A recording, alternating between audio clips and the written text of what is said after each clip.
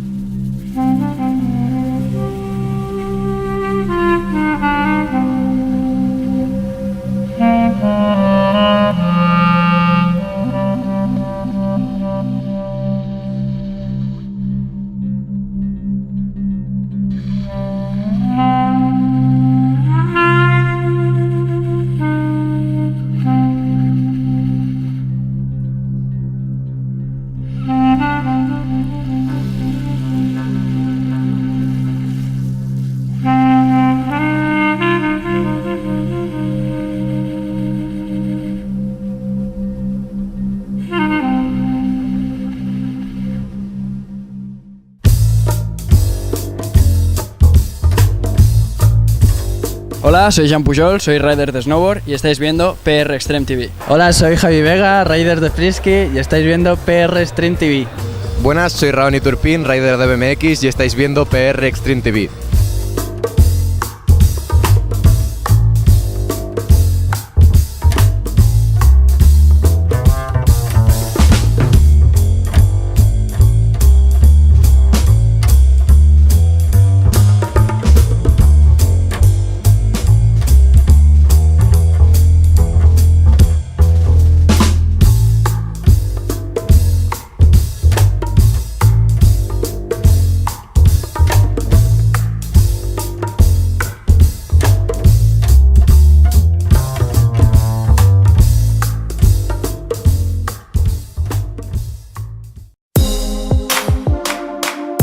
Yeah,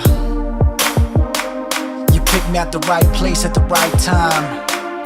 This is where I wanna be, girl. Let's go. I never thought I would feel this. I never thought I would love. I never thought it would matter. Now that you've been sent from up above, and I couldn't fight the feeling. I just had to give in. No matter what they were saying, you want the man that's right for me. I know I'm fine. I know you're fine. Now that you're mine, And you were mine too. you're now my life. In my life, girl. I will treat you right. So right, girl.